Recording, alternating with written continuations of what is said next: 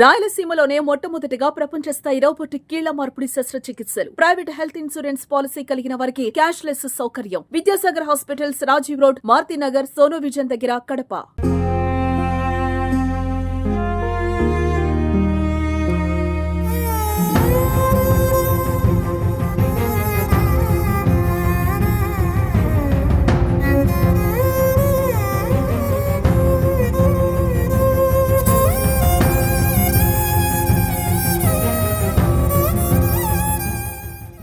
కడప సమీపంలో ఉన్నటువంటి గువ్వల చెరువు ఘాట్లో ఘోర రోడ్డు ప్రమాదం జరిగింది.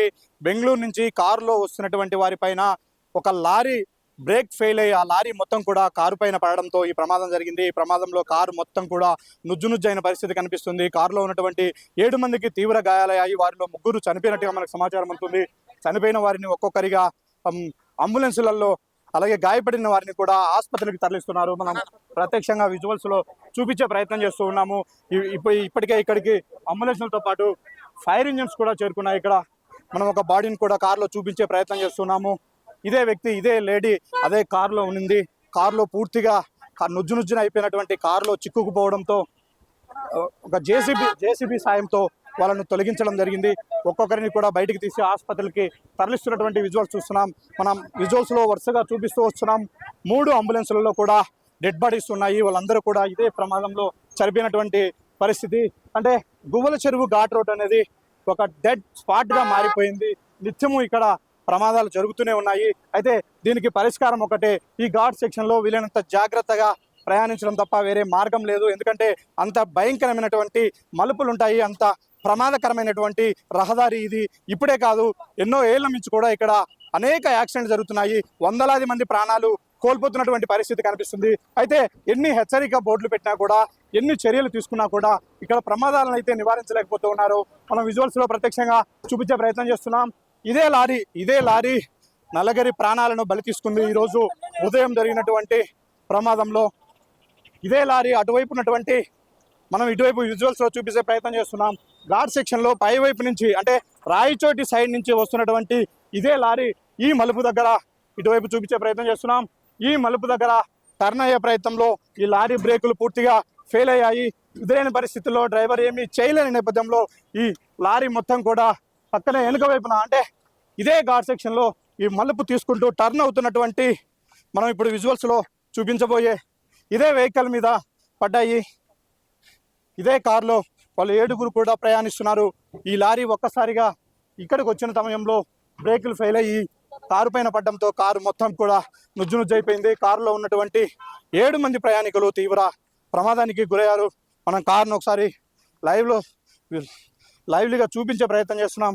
కారు ఆనవాళ్ళు పూర్తిగా మారిపోయాయి. కారు 2 భాగాలుగా ముక్కలైపోయిన పరిస్థితి కనిపిస్తుంది. ఏ పీసు ఎక్కడ ఉంటుందో కూడా చెప్పలేని పరిస్థితి ఉంది. ఈ లగేజ్ మొత్తం కూడా లారీలో ఉండింది. ఈ లారీలో ఉన్నటువంటి లగేజ్ మొత్తం కారు పైన పడిపోయింది. ఒక లగేజే కాదు, మొత్తం కూడా ఒకసారిగా దీనిపైన వాలిపోవడంతో కారు మొత్తం నుజ్జునుజ్జైన పరిస్థితి. ఇప్పుడు మనం ఈ విజువల్స్ లో చూపిస్తున్నది ఇది కారు వెనుక వైపు టైర్. ఇది అటువైపు మరో ఒక టైర్ ఉంది. ఈ బాడీ మొత్తం, ఇలా ఉండాల్సిన బాడీ పూర్తిగా మధ్యలో కట్ అయిపోయి పూర్తిగా అటువైపు వెళ్ళిపోయిన పరిస్థితి.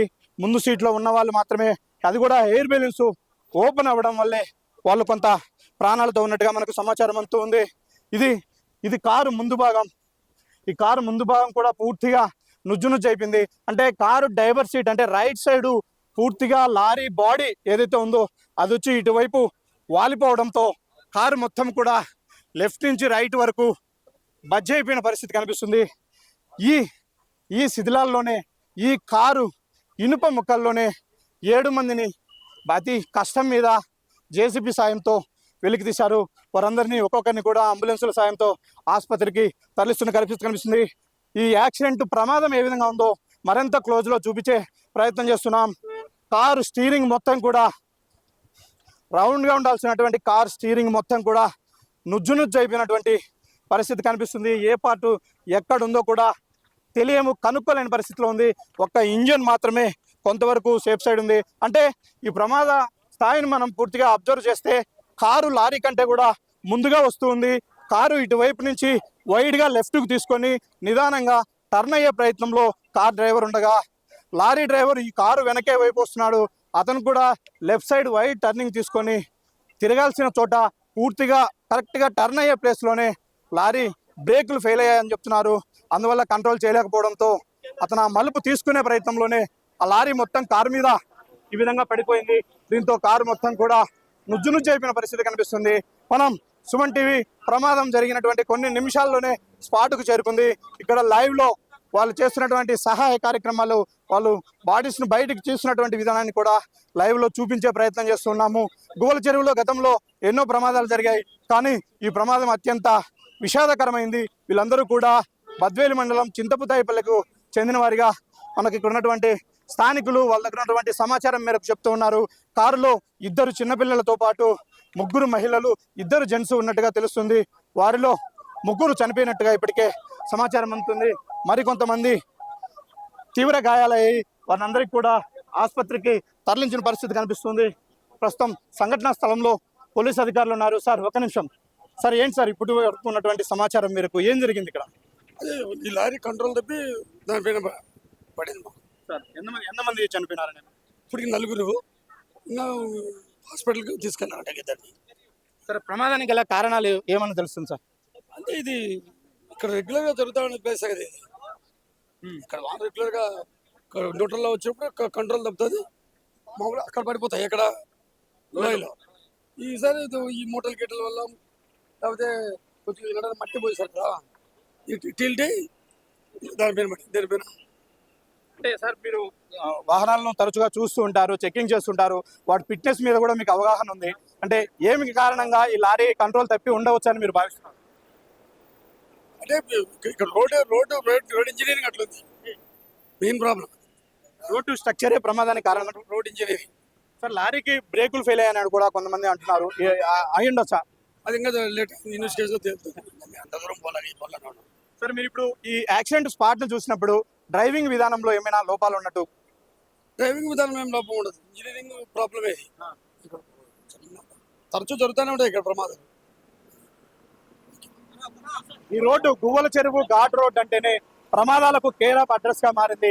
పూర్తిగా రోడ్డు స్ట్రక్చర్ ను చూపించే ప్రయత్నం చేస్తున్నాను నేను మీకు. ఇప్పుడు ఈ లారీ టర్న్ అవుతూ ఉంది. ఈ లారీ ఇటువైపు కింది వైపు నుంచి పైకి వెళ్ళాలంటే ఎంత ఇబ్బందికరంగా ఇక్కడ వాహనాలు ప్రయాణిస్తున్నాయో మనము చూపించే ప్రయత్నం చేస్తున్నాం.